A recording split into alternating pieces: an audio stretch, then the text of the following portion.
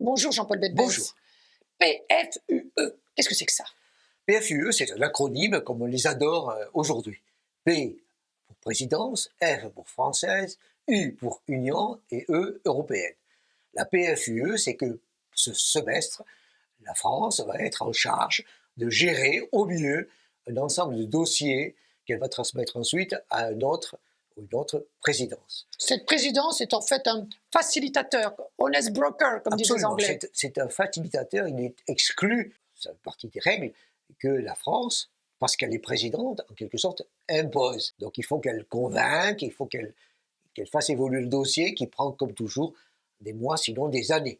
N'empêche que la France peut avoir son grain de sel et ses propres préférences. Quels sont les sujets? Les sujets préférés des Français, c'est d'abord la taxation de l'énergie, c'est-à-dire la taxation de la pollution importée aux frontières pour éviter que, par exemple, on fasse faire ailleurs des produits polluants que l'on ferait venir et que d'une certaine manière ce serait de la pollution clandestine. Donc il s'agit d'avoir une taxation de telle sorte que l'on réduise l'avantage qu'il y aurait à, en quelque sorte, délocaliser la pollution. Et ceci est un dossier assez avancé qui pourrait se mettre en place avec la présidence française pour être mis en place et en œuvre au début de l'année prochaine. Il y a l'énergie, le gaz, le Et nucléaire, c'est là que ça devient de plus en plus le compliqué. pétrole. Donc il y a le gaz et le nucléaire, et avec la pollution et avec le CO2. Et c'est là que, selon quelles règles, va-t-on accepter du gaz et du nucléaire? Pour le gaz, c'est compliqué et les Allemands sont évidemment d'accord. Pour le nucléaire, c'est encore plus compliqué et les Français sont évidemment d'accord. On voit bien que l'on est dans un jeu qui est un jeu technique et qui est un jeu extrêmement politique. Et donc, est-ce qu'il y aura un accord dans ce semestre-ci? Ça n'est pas impossible, mais évidemment ce sera compliqué, entre autres parce qu'en France, on voit bien que les Verts sont hostiles et qu'en Allemagne aussi, sans compter d'autres pays. Donc il s'agit d'un problème très compliqué, très technique et encore plus politique. Il y a un autre sujet, le salaire minimum adéquat. Le salaire minimum adéquat est un sujet de longue haleine qui est en train d'évoluer dans le bon sens. C'est-à-dire que l'on se rend compte qu'il faut augmenter les salaires minimaux dans les pays les plus faibles. Il ne s'agit pas de fabriquer un salaire minimum européen, mais il s'agit de faire en sorte que les pays où il y a des niveaux de vie qui sont évidemment très faibles, aient une accélération, une amélioration de leur niveau de vie, ce qui permettra entre autres de réduire l'avantage qu'ils ont en produisant moins cher que les autres.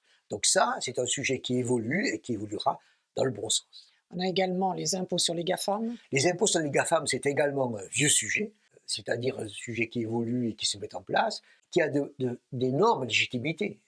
On comprend très très bien que les GAFAM gagnent énormément d'argent sans payer des impôts et qui sont richissimes. Mais comme ils sont richissimes et qu'ils gagnent énormément d'argent, ils ont les moyens de se protéger, d'avoir des lobbyistes et de se défendre avec facilité, ce qui fait qu'ils gagnent du temps.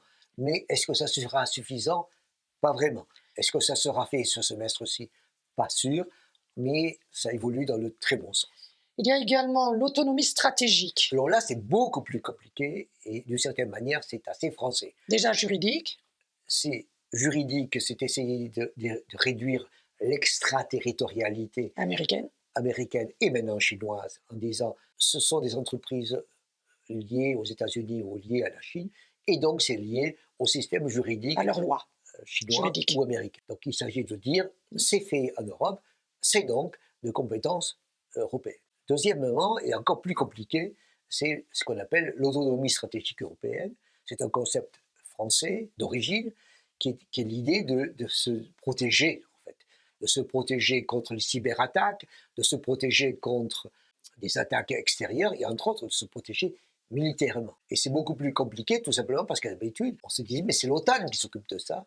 Mais l'OTAN, à l'heure actuelle, regarde plutôt ailleurs, regarde plutôt vers la Chine que vers chez nous. Et donc il y aurait l'idée de fabriquer des unités, des recherches, voire un bataillon, un grand groupe de protection européenne. On parle de 5000 hommes, c'est pas beaucoup, hein. C'est même très peu, mais c'est très symbolique. On voit bien à quel point l'autonomie stratégique européenne est plus encore un concept français qu'un concept européen, mais il ne faut jamais désespérer et toujours persévérer.